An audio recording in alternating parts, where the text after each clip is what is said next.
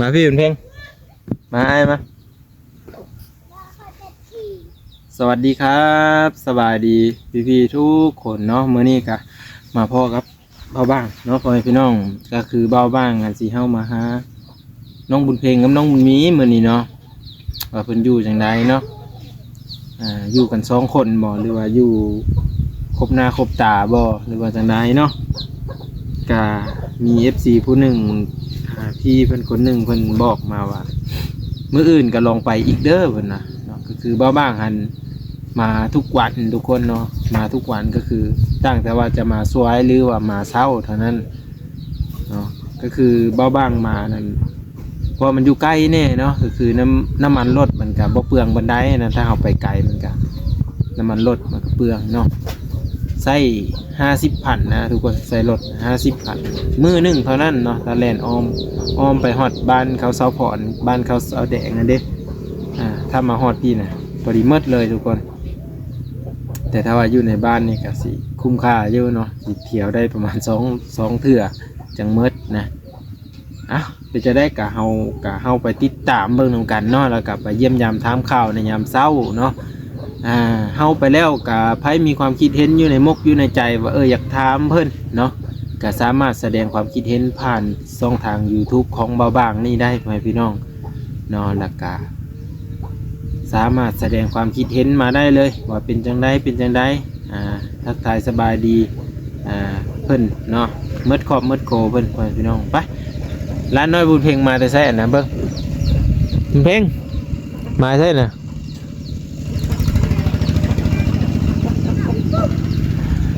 มาแต่เข้าห้องน้ำบ่ไปถ่ายอยู่ไสหยำอยู่ถ่ายหั่นอยู่ให้นาพุ่นสมมุติเพิ่นเฮ็ดนาแล้วได้สิไปถ่ายอยู่ไสแหละคันเพิ่นดำนาใช่นี่เจ้าสิไปถ่ายอยู่ไสล่ะบัดนี้ยังเขาเนี่ยมาพี่ก่อนดีปลาลุงกันไว้สวัสดีค่ะปลาเทอร์มื้อนี้สีสดใสสีม่วงเต็มโตถือเด็กน้อยมานำมีเนาะงามมาเด็กน้อยก็ได้เพื่อจุกผมมันน่ะแม่เจ้าคงจักจุกงามเมื่อเนาะเบิ่งดูทรงนะเบิ่งย่างเข้ามาดูมันคือเป็นธงงามแท้เนาะธงทางหน้าเลยได้เงินอยู่บ่ฮะป้าเพื่อเอาเงินเธอเนี่ยบ่พ่อแล้วบ่ว่าสิมาเอาให้สิมาเก็บเอาเงินค่าน้ำมื้อนี้บ่พ่อแล้วเพิ่นเอาไว้เฮ้ยแล้วบ่แม่เจ้าไว้แล้วแม่เจ้าไปเชิญมื้อนี้นอนเล่นหนังเนี่ยแม่จะว่าในเลยกับเจ้าฮะแม่จะว่ากับเจ้าในใดก็แม่ตีเจ้าตีนังจะดื้อจะบอกว่าของความเราคอยจะไปหางานบวกเดี๋ยวเราบอกให้ไปพ่อได้ไปบ่พ่อมาพ่อคอยไปพ่อคอยได้เมื่อกี้นี่ไรกินแล้วพ่อคอยได้เมื่อกี้นี่จะขายบ่มานั่งพี่แหละสิถามนี่นั่งพี่ก่อนจะน่าสิเฮาไปหาบุญมีมาพี่จะไปไสโอ้จักแล้วบ่บอลมันอยู่นะ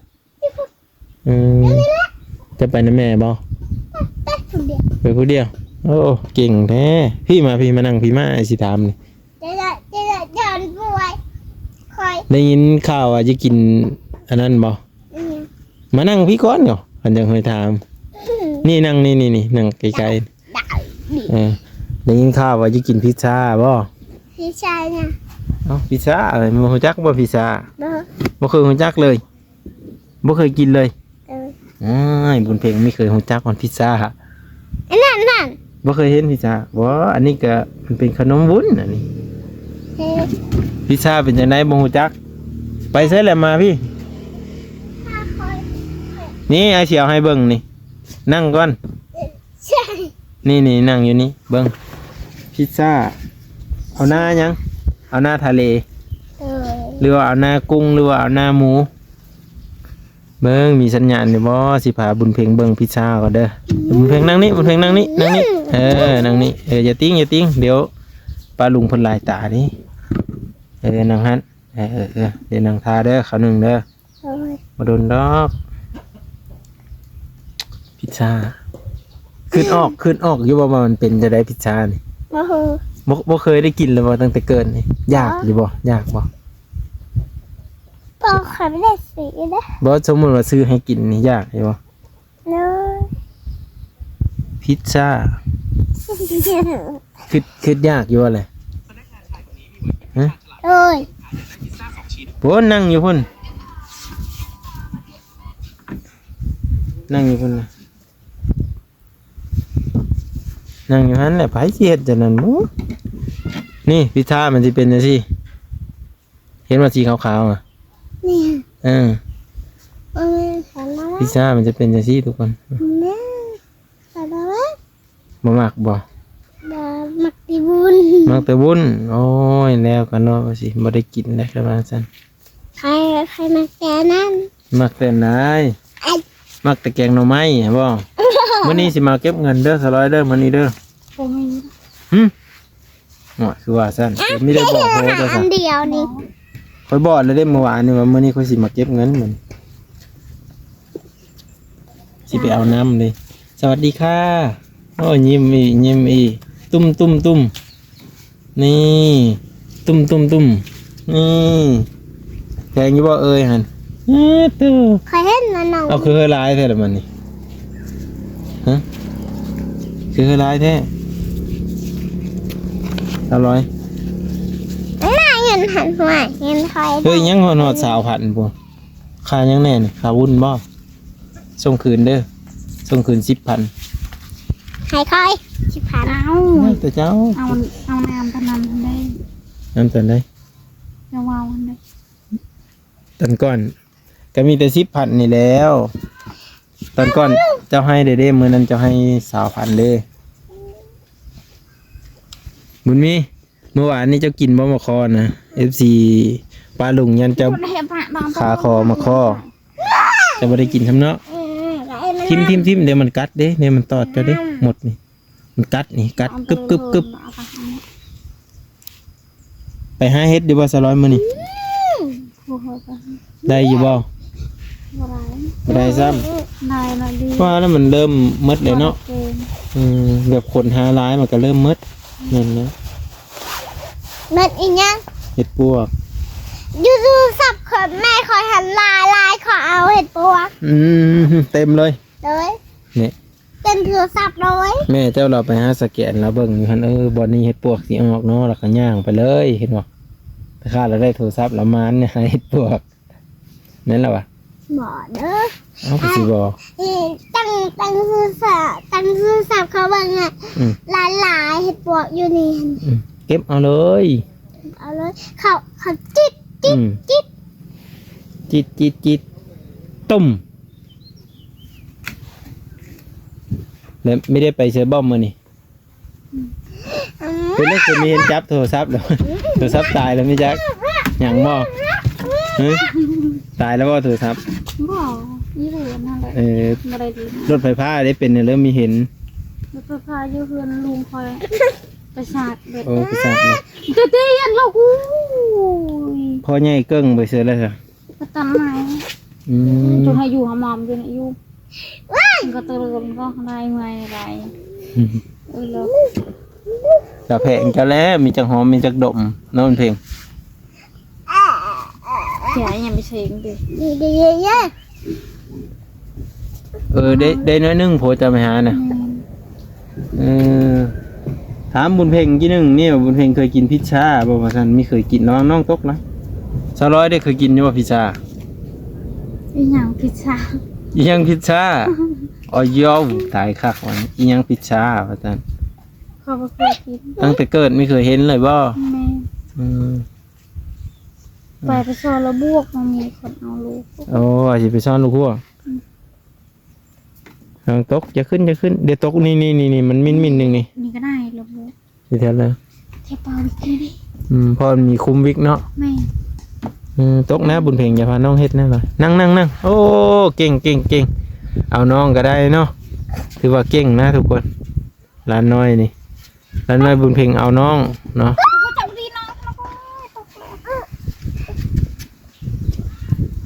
ปิดไว้เครื่องยันคนตกมา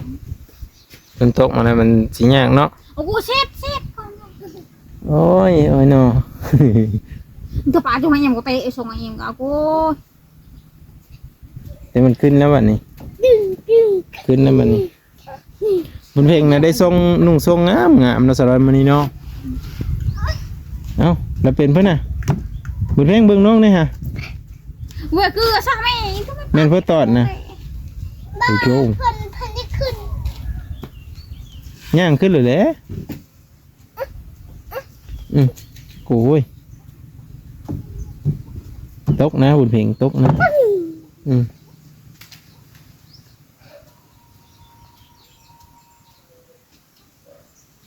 ตกนะโอ้เป็นเฉยเนาะและ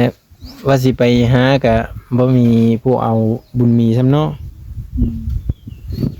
จะเดี๋ยวจะ ช่องคือเปิ้นแหละบุญเพ่งมีอัน3 มื้อหรือยังนี่ฮะตั้งแต่ซื้อนี่ฮอดแล้วว่า3 มื้อนี่3 มื้อนี้แน่ว่ะบ่ทันได้ซักเด้อนี่ มันสักเมื่อวาน วันนี้เนาะ เปื้อนนี่ไอ้ปลาผัด นั่งลงเพิ่นลายตาแล้วโอ้ยยืนย่างอยู่ โอ้โหมา แตะหน้าใกล้ดิ ได้เดี๋ยวเลย ไหนเคยกินนะ แม่เจะก็มีเฮาบ่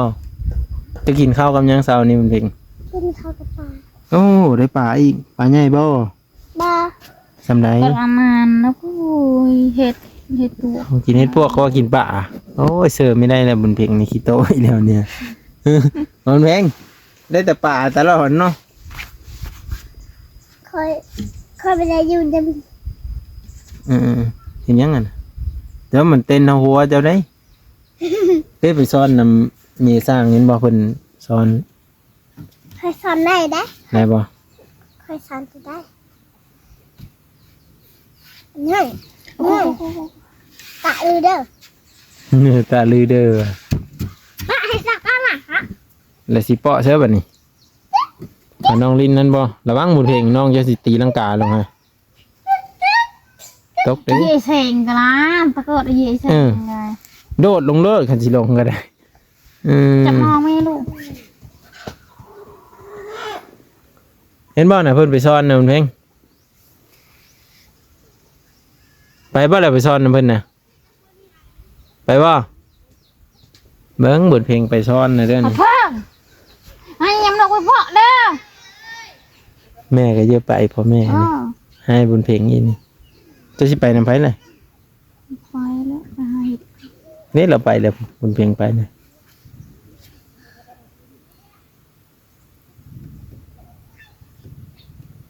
ได้รู้โหเนาะ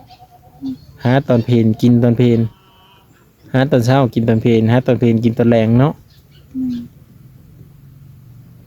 อาหารการอยู่การกินกับสิหาตามนี่แหละทุกคนตามห้วยน้องของบึงไปทั้งที่แหละเนาะบุญมีเนาะก็เลยมื้อนี้เฮามาหาได้เพิ่นทุกคนเลยวันนี้ได้เปิดอยู่บ่นี่ น้อง ตอนแหลงนะไม่ได้เปิดเลยปิดไว้เลยบ่มันมีเด้กินนมบ่มันมีหาเห็ดเพาะไอ้กัน เอาเฮ็ดเพาะก็อ้อแล้ว ออกเลย เฮ็ดเพาะก็คือเป็นเฮ็ดอันเป็นลูกกลมๆมาได้ทุกคน แต่ว่ามัน ให้มันเพ่งอยู่กับบนมี เราสิเอาได้บ่เนาะ ได้บ่บนมี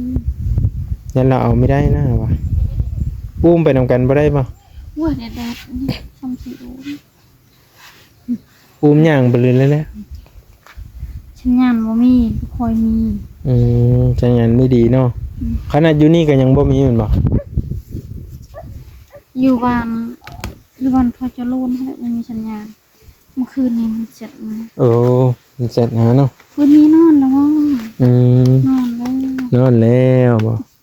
เพราะจะไปเฮ็ดเวกอยู่ซื่อมันเนี่ย มันเก่าแล้ว ไปเฮ็ดเถินนั่น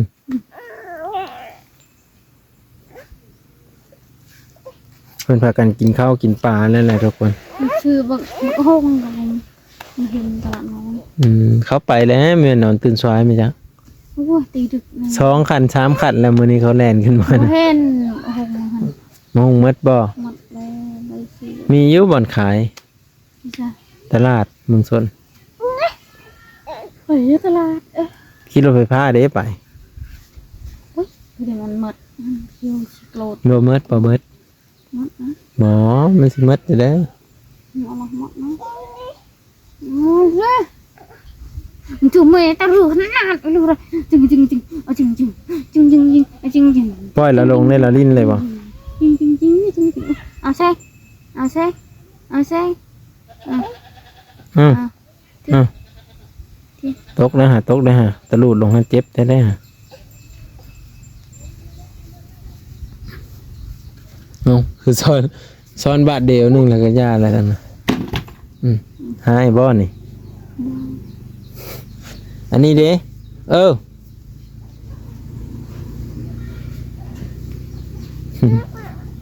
มันจะไปสิไปเอาแบ่ไปแบ่ ใครที่ซ้อนลาย ฮะเฮ้ยซ้อนลายแล้วอะพอกินเลยเนาะ เต็มขุกไปเลยวะ เต็มเลย บูเลยพอ ยังไม่เต็มเนาะครับว่า นี่ด่าเธอเลย สัญญาณมันก็บ่ค่อยดีปานใดทุกคนเลยก็คือเมื่อวานนี้ค่อยเอามาข้อให้น่ะบุญมีเรากินนะเพื่อไม่ได้กินเนาะมันถือไว้ซื่อเนาะ FC ว่าย่ามันเฮาข้อออกว่าซั่น ตะคอยัง มาข้ออันนี้มือก่อนนะค่อยเอามาข้อให้เนี้จะบอกเอามาข้อให้แน่นี่ พ่อถือไว้มาเลยจานตะลังตีนะ ฮะ มาฟิวก็สิตี พอดีแล้วมันไปซื่อมันเพ่งจะได้ยินว่าแม่จะเอากินเองนี่แม่จะว่าเอามันยังตีดังอ่ะ ไม่ได้ชื่อเขา หลายบ่กบบ่หรือหัว เป็นมันมีกันในตังแบกมันมีกันเป็นเลย เอียงมาเป็น โน่นนะพี่ จ้ายังเป็นดีกว่า กดจ้ะ ก็เป็นเนี้ย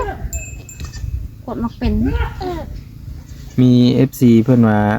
เบิ่งครอบครัวเจ้าทุกวันเลยเพิ่นว่าเพิ่นจะเห็นแบบการดำรงชีวิตของแต่เจ้าอะนะซะเลยแบบเฮ็ดอยู่เฮ็ดกินบ่อันนี้นะนั่นแหละ เพิ่นเลยจะเห็นเด็กน้อย2คนนี้แน่ว่าเขาเฮ็ดอะไรแพงแต่แท้เนาะแพงแม่น่ะเนาะมันแพงจะฮู้ว่าเราแพงบ่ได้ไม่แม่นเราจะได้เงินไปซื้อขนมนะ ไม่นะ แม่นอนเพลง อันนั้น จะคุยได้แล้วคุยได้ ไปซื้อวุ้นนมเพลงเนาะ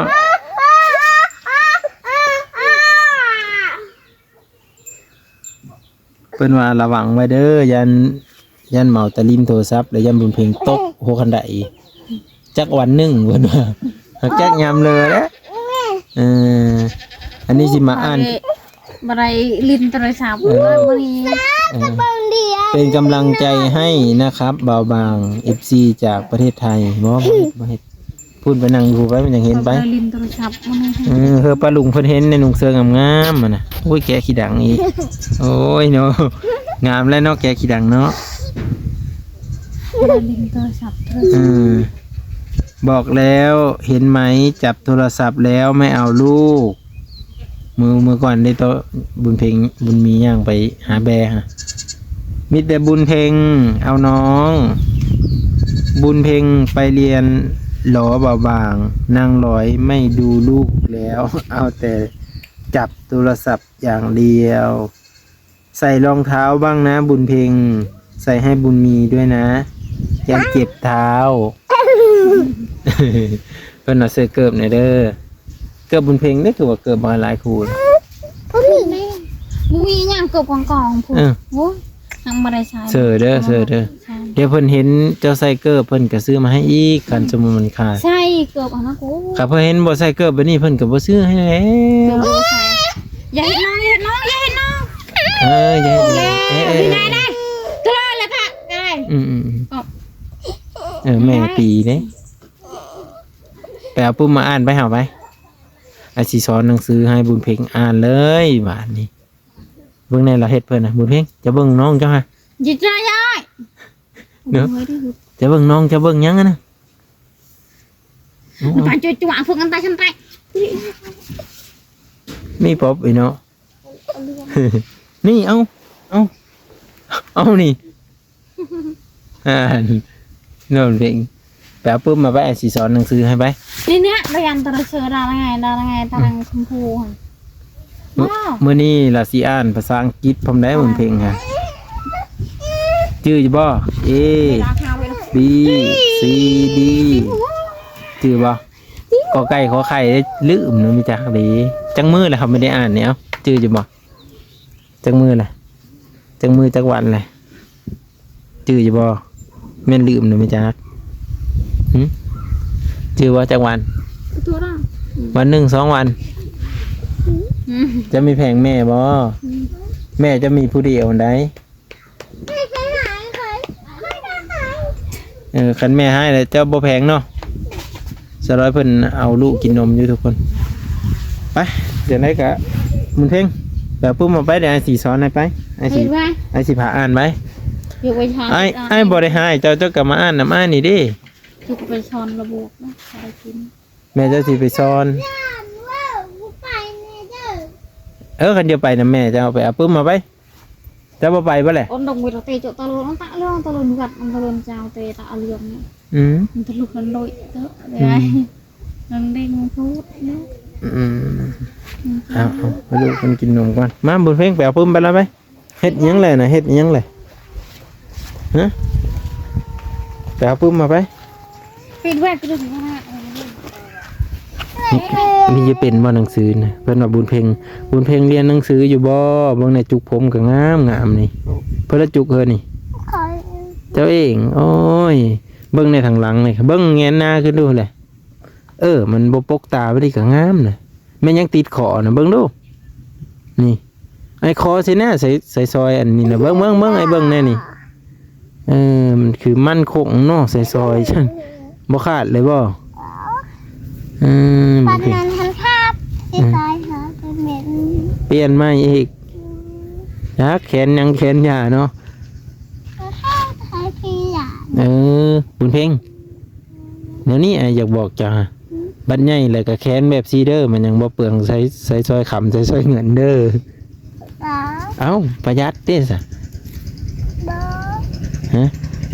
ชื่อเอาเสื้อควายแดงๆกันได้แต่เสื้อใหญ่ๆอย่างนี้นี่พังไงวะนั่นเสื้อควายแบบอยู่ในประตูเห็นว่าสีแดงอะแขนเลยบ่มีคาดอันนี้เนาะเอาบ่เลย luôn này luôn này ไปเบิ่งในพลสิตกเจ้าว่าพลสิตกบ่บุญเพียงมื้อนี้ว่าสิเข้าไปกะลางอยู่ทุกคนแต่ว่ายันพลตกเนี่ยกับปานนั้นพลตกมาละสิหญ้าทางไปทางมาได้นี่เนาะ không bay cái lang nữa ไปเอาปึ้มเด้อ EP 2บ้าบ้างสิพาบุญเพลงอ่านหนังสือเนาะเมื่อนี้ในครูมาสิเห็นหนังสือได้บุญเพลงได้เราตั้งใจขนาดได้ không có chào mà hộp mà cái đấy เบื้องแน่เรานุ่งทรงเตรียมไปโรงเรียนข้างแน่แล้วเมื่อนี้มาบ้างมาสิสอนในเพิ่นกับบุญมีพร้อมสองเอ้ยน้องเพิ่นสิมาเรียนหนังสือนำมาบ้างเด้อทุกคนมาให้กำลังใจน้องบุญเพลงเด้อบัดนี้บุญเพลงเนาะบุญเพลงไปเอาไว้กระดานก็ได้เอากระดานเอากระดานก็ได้เด้อบุญเพลงนี่เอากระดานมาตั้งไว้นี่แล้วก็อ่านเลยพี่ๆทุกคนมาบ้างขอบบุญขอบคุณที่เข้ามาให้กำลังใจเด้อพี่ๆเด้อก็คือรอติดตามเบิ้งตอนต่อไปเนาะก็คือมาบ้าง chết đâu chết này du hứa con buồn มาบ้างอยากให้บุญเพลงนะไปเอากระดานมาแล้วก็สีซ้อนให้เพิ่นเพื่อจะให้เราจดจำได้แหละให้เราจื้อเนาะสำสารเราเข้าโรงเรียนนี่ถือว่าเก่งเลยเนาะเก่งเลยเนาะเก่งแบบใดโอเคเนาะย่างไวเด้อไปซื้อวุ้นนำบ่ได้เงินนี่แม่เจ้านับอยู่ไว้อยู่นี่แบะมาเลยเด้อแบะมาคือมื้อนั้นน่ะเด้มาเอาทุกคนรอติดตามมึงตอนต่อไป